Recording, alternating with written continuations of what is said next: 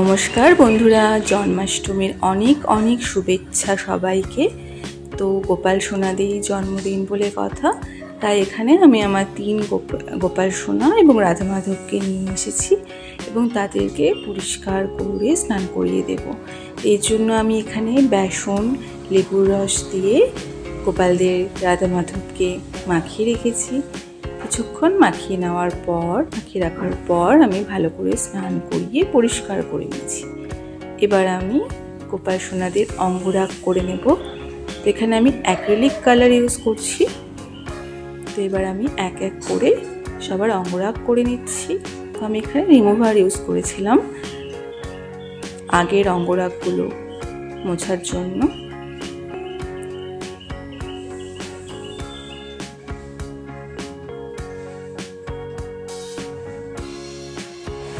অঙ্গরাগ হয়ে যাওয়ার পর জন্মাষ্টমীর দিন যে জামাটা পরাবো সেই জামাগুলো বানিয়ে নিচ্ছি। তো এখানে আমি একটি ব্লাউজ পিস নিয়েছি। তো এটাকে আমার প্রথমে বড় গোপালের জামা বানাবো। তো একটি জামার মাপ নিয়ে কেটে হাতে সেলাই করে নিয়েছি। তো এভাবে আমি এক এক করে 3 গোপাল সোনাদেরই কিন্তু জামা বানিয়ে নিয়েছি। রাধা মাধবের জন্য জামা বানিয়েছি, সেটা আপনারা পরে দেখতে পাবেন। এবার আমি ভোগের জন্য তালের বড়া তৈরি করার জন্য তাল নিয়ে নিলাম। গোপালের অত্যন্ত প্রিয় একটি খাবার তাল, তো তার জন্য আর এই জন্মাষ্টমী তাল ছাড়া কিন্তু একদম অসম্পূর্ণ। তো তার জন্য তালটা ছাড়িয়ে আমি জলে ভিজিয়ে রাখবো। আমাদের জন্মাষ্টমী অন্ন দেওয়া হয় না, ওই দিন আমাদের তালের বড়া, তালের ক্ষীর, বিভিন্ন রকম পিঠে, বিভিন্ন রকম নাড়ু, দুধ এগুলোই দেওয়া হয়। তো তার জন্য এখানে আমি নাড়ু বানিয়ে নিচ্ছি। এখানে নারকেলের নাড়ু চিনি দিয়ে বানিয়ে নিয়েছি।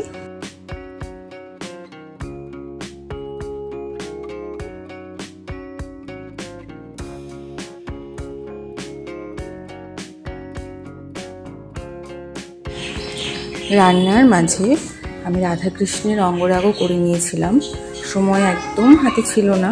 তো গত বছর যে আমি অঙ্গরাগ করেছিলাম, তো যেগুলো উঠে গিয়েছিল যেমন চোখ, চুল, সেগুলোই করেছি।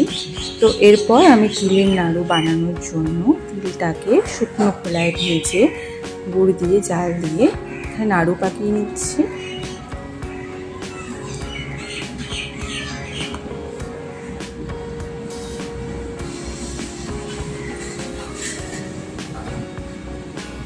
নাড়ু বানানোর পর এরপর আমি এখানে তালের রস করে নিচ্ছি। তার জন্য এই ফুটো ফুটো গামলাটার মধ্যে ঘষে নিলাম। এতে খুব সহজেই রস করা যায়, এরপর ছাকারও আর দরকার হয় না। তো রস করে নিয়ে আমি এখানে তালের বড়ার জন্য অল্প কলা দিয়েছিলাম। সুজি, ময়দা ও চিনি মিশিয়ে ভালো করে মেখে রেখে দিয়েছি। তো এবার আমি মালপোয়াটা বানিয়ে নেব।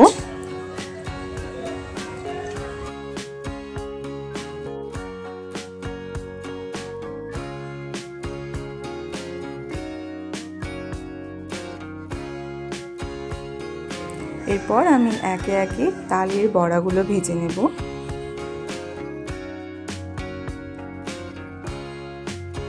বড়া ভাজতে ভাজতে রাত্রে 9টা বেজে গিয়েছিল। তো আমি পুজোর এখানে চলে এসেছি, কারণ 9:34 অষ্টমী ছেড়ে যাবে।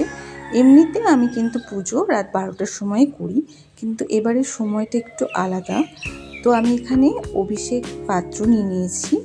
চন্দন দিয়ে এখানে অষ্টদল কমল এঁকে নিলাম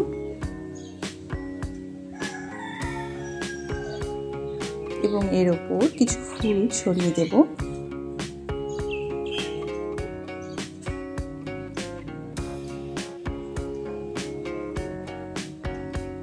এবার সবার প্রথমে আমি রাধা কৃষ্ণকে নামিয়ে নিচ্ছি।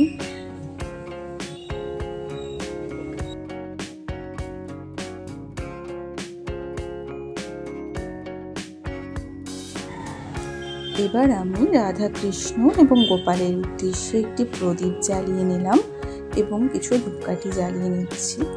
আমি এখানে পঞ্চামৃত তৈরি করেছি। এখানে দুধ, দই, ঘি, মধু, চিনি এবং অগুর মিশিয়ে নিয়েছি।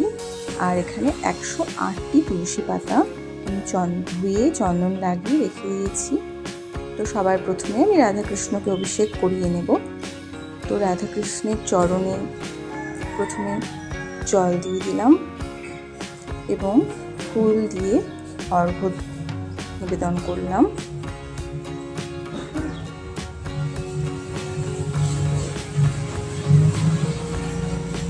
এবার আমি প্রদীপ এবং ধূপকাঠি দিয়ে আরতি করে নেব।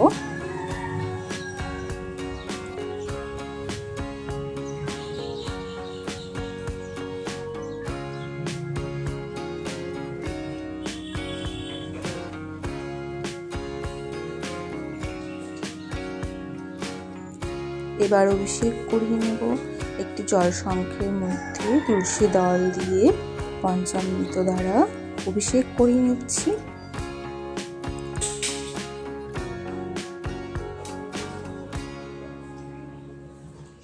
রাধাকৃষ্ণকে আমি 3 বার অভিষেক করিয়ে নিয়েছিলাম।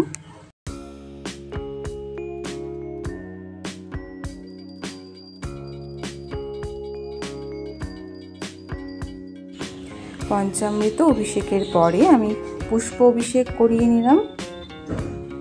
এরপর ভালো করে মুছিয়ে আমি বস্ত্র পরিধান করিয়ে রাধাকৃষ্ণকে বসিয়ে দিলাম। এবার আমি অভিষেক পাত্রে গোপুসোনাদের নামিয়ে নিচ্ছি। এবার প্রদীপ এবং ধূপকাঠি দিয়ে গোপুসোনাদের আরতি করে নেব।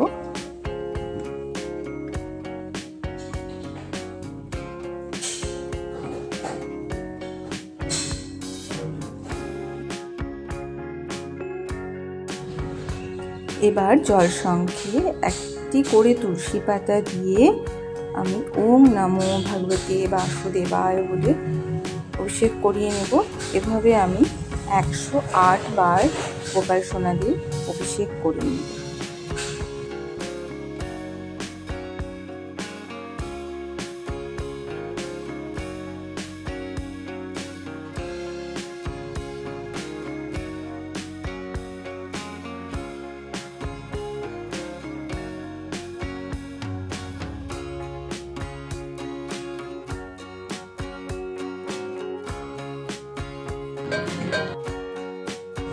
এখানে যে মেজ গোপাল আছে সেই গোপালের বয়স কিন্তু আমারও জন্মেরও অনেক আগে।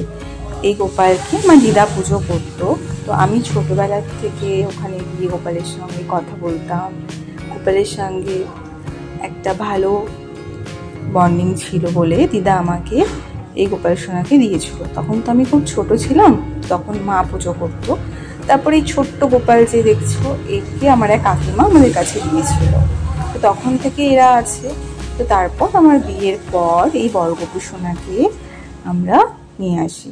তো তখন থেকে কিন্তু আমার কাছে আমার 3 গোপাল সোনা। মার এখন শরীর অসুস্থ থাকায় মা পুজো দিতে পারে না সেভাবে, তো সেই কারণে আমার কাছেই থাকে।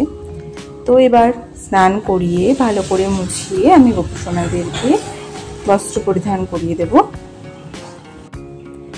তো এবার ভালো করে গোপু সোনাদের সাজিয়ে আমি দোলনায় বসিয়ে দিলাম। আপনারা কিন্তু সবাই জানাবেন যে আমার গোপু সোনাদের কেমন লাগছে।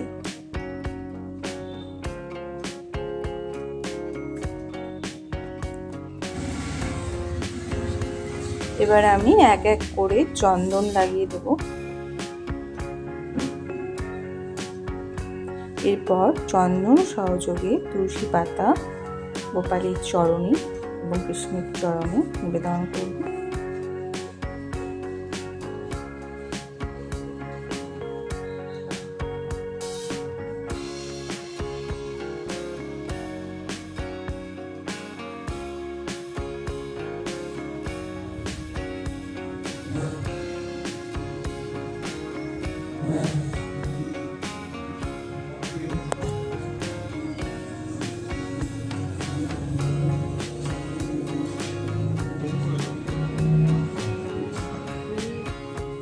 এবার আমি আতর সেবা দিয়ে দিচ্ছি।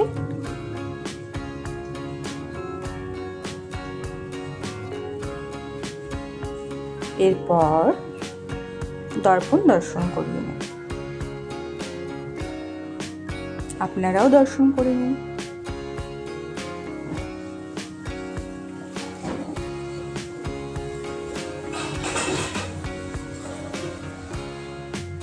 এরপর চন্দন সহযোগে পুষ্প নিবেদন করব।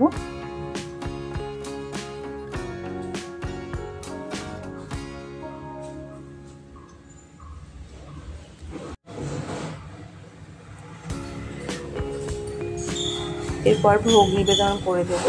তো আমি এখানে ফলের মধ্যে কলা, তালের বড়া, তিলের নাড়ু, নারকেলের নাড়ু, মালপোয়া, মাখন, মিছরি এবং জল, আর যেহেতু আজ লোকনাথ বাবারও জন্মদিন তার জন্য ডাব এবং তালের ক্ষীর এবং দুধটা কিন্তু আমি পরে বানিয়েছিলাম, অভিষেক করানোর পরে, যেহেতু সময় হয়ে গিয়েছিল তো তার জন্য সেগুলো পরে বানিয়ে আমি গোপীসোনাদেরকে ভোগ দিয়ে দিলাম এবং একটু আরতি করে নেব।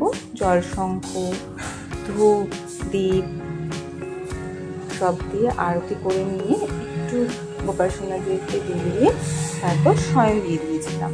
তো আপনাদের সবার কেমন লাগলো আমার জন্মাষ্টমী ভিডিও তা অবশ্যই কমেন্ট করে জানান। ভিডিওটি ভালো লাগলে লাইক, শেয়ার এবং সাবস্ক্রাইব করে দেবেন। তো আসছে নন্দোৎসবের ভিডিও, সেখানে আমি 56 ভোগ দিয়েছি। তো দেখা হচ্ছে পরের ভিডিও।